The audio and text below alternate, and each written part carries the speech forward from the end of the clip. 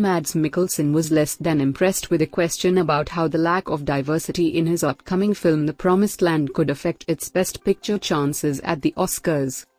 The actor, accompanied by the movie's director, Nikolai Arcel, was asked to weigh in on the Academy's new diversity and inclusion regulations by an unnamed reporter during a recent Q&A session at the Venice Film Festival. These new standards, set to go into effect in 2024, require that a project meet 2 out of its 4 criteria, which focus on-screen representation, the creative leadership and project team, industry access and opportunities, and audience development, in order to be eligible for the Oscars Best Picture category. This is a cast and Danish production that's entirely Nordic, and, therefore, has some lack of diversity, you would say, the reporter asked the pair, referring to The Promised Land. There's also new rules implied in Hollywood. What are you on to? Mikkelsen interjected, laughing and shaking his head. From the get-go? From the get-go, the reporter acknowledged.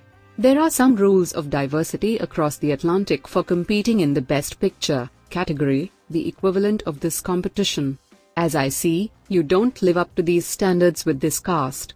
I'm just curious, it's not because of artistic reasons, it's because of a lack of diversity, that this can't compete in that competition. Are you worried about it? Are you?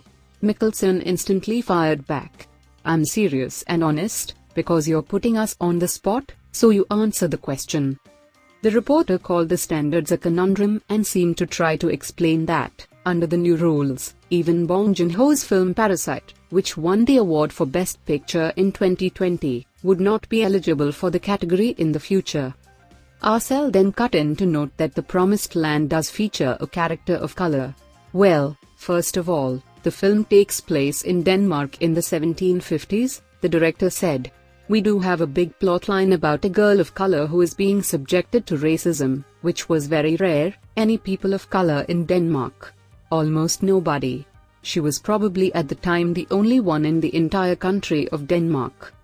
Still, Arcel admitted, it wasn't a thought in our mind. I think it would be a little weird, he continued. It's just historical, how it was in the 1750s. Mikkelsen stars as Ludwig von Collin in the historical drama, a soldier who arrives in 1755 on the barren Jutland Heath with a single goal, to follow the king's call to cultivate the land and thereby achieve wealth and honor himself, per its IMDb description. The Promised Land does not yet have a US release date.